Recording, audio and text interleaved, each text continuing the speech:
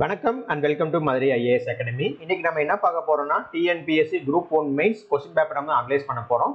நம்ம நேத்து பாத்தீங்கன்னா ஜெனரல் ஸ்டடீஸ் பேப்பர் 2 நம்ம டிஸ்கஸ் பண்ணோம். இப்போ ஜெனரல் ஸ்டடீஸ் பேப்பர் 3 டிஸ்கஸ் பண்ண போறோம். இல்ல மொத்தம் 250 மார்க்ஸ் இருக்கு. இல்ல 15 மார்க் 10 மார்க் நம்ம எழுதுற மாதிரி இருக்கும். அதை பத்தி கொடுத்துருக்காங்க. ஸோ செக்ஷன் ஏ பாத்தீங்கன்னா 10 மார்க் கொஸ்டின், 10 மார்க்ல 5ல 4 கொஸ்டின் எழுதணும். ஃபர்ஸ்ட் கொஸ்டின் சர்க்காரியா கமிஷன் பரிந்துரைகள், ரொம்ப சிம்பிளான கொஸ்டின். நம்ம மாடல் எக்ஸாம்ல இந்த கொஸ்டின் கேட்டிருக்கோம். அடுத்து ரெண்டாவது question provisions of state public service commission, மாநில பொது சேவை ஆணையத்தின் விதிகள் மற்றும் பணிகள். இது ஈஸியான கொஸ்டின்.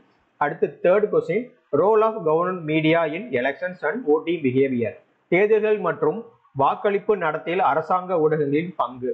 அடுத்து நாலாவது question short note on first ARC recommendation, 1வது ஏஆர்சி பரிந்துரைகள் பற்றிய சிறுகுறிப்பு எழுதுக. நேற்று நம்ம பார்த்தோம், நம்ம செகண்ட் ஏஆர்சி பத்தி கேட்டிருந்தாங்க. ஸோ இன்னைக்கு ஃபர்ஸ்ட் ஏஆர்சி பத்தி கேட்டிருக்காங்க. அடுத்து 5வது question how RTI has improved transparency and accountability in governance, RTI எவ்வாறு நிர்வாகத்தில் வெளிப்படைத்தன்மை மற்றும் பொறுப்புணர்வை மேம்படுத்தியுள்ளது. இதுல 5ல 4 கொஸ்டின் எழுதணும். அடுத்து செக்ஷன் பி 15 மார்க் கொஸ்டின், இதுல 5ல 4 எழுதணும். Role of 73rd amendment in empowering women, பெண்களுக்கு அதிகாரம் அளிப்பதில் 73வது சட்டத்திட்டத்தின் பங்கு. அடுத்து 7வது question how DPSP ensures social and economic justice, சமூக மற்றும் பொருளாதார நீதியை டிபிஎஸ்பி எவ்வாறு உறுதி செய்கிறது. அடுத்து 8th question various provisions and role of election commission of India, இந்திய தேர்தல் ஆணையத்தின் பல்வேறு விதிகள் அண்டு செயல்பாடுகளை எழுதுக. இந்த கொஸ்டின் ரொம்ப ஈஸியான கொஸ்டின். எலெக்ஷன் கமிஷன் கண்டிப்பா நம்ம எல்லாம் நல்லா படிச்சு எழுதியிருப்பாங்க. அடுத்து 9th question elaborate the stages of union budget. So stages of union budget ரொம்ப சிம்பிளான கொஸ்டின். பட்ஜெட் படிச்சானா கண்டிப்பா அந்த ஸ்டேஜஸ் படிக்காம யாரும் இருக்க மாட்டாங்க. அதெல்லாம் இதுவும் ஈஸியான கொஸ்டின் தான். அடுத்து 10th role of AI in digital India programme. So artificial intelligence question கேட்டிருக்காங்க. டிஜிட்டல் இந்தியா திட்டத்தில் ஏஐயின் பங்கு, இது ரொம்ப சிம்பிளான கொஸ்டின். ஸோ இதுல 5மே ஈஸி தான். ஸோ 4 எழுதுனா போதும். இதுல அடுத்த செக்ஷனே அது பார்க்கணும். அடுத்த 10 மார்க் கொஸ்டின் பார்க்க போறோம். 4ல 3 எழுதணும். 11th question classification of bonsai plants, bonsai செடிகளின் வகைப்பாடுகள். Second 12 topics of computer system architecture, computer system ஆர்கிடெக்சரின் சில தலைப்புகள்.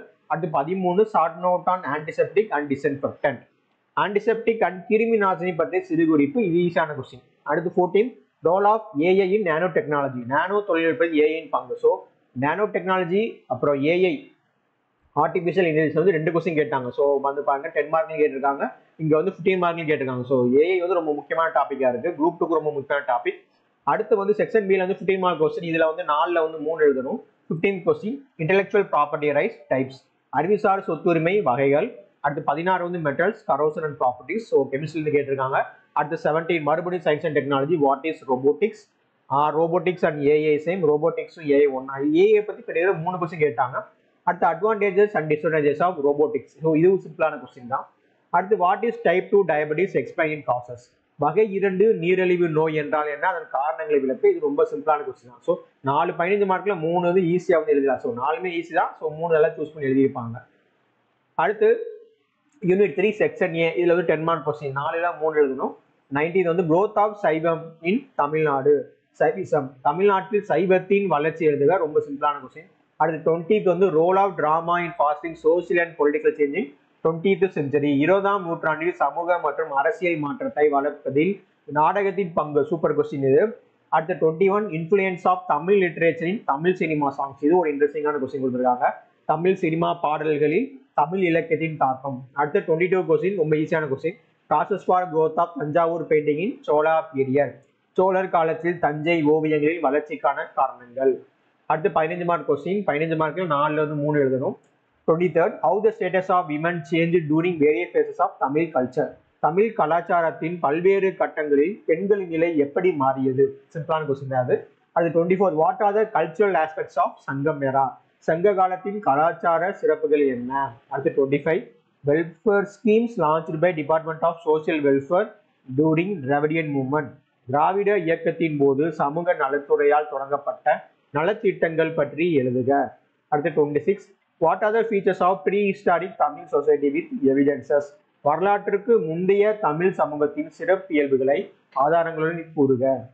ரொம்ப சிம்பிளான கொஸ்டின் தான். ஸோ இந்த ஓவராலாக நேற்று கம்பேர் பண்ணும்போது இன்னைக்கு ரொம்ப ஈஸியாக இருக்க மாதிரி தெரியுது. ஸோ கண்டிப்பாக நல்ல மார்க் ஸ்கோர் பண்ணியிருப்பாங்க. அடுத்து நம்ம இருக்கிறது இன்னும் ஒரு பேப்பர் தான். ஸோ அந்த பேப்பர் நம்ம ஜெனரல் ஸ்டடீஸ் பேப்பர் 4 நம்ம நாளைக்கு பார்க்கலாம். நன்றி, வணக்கம்.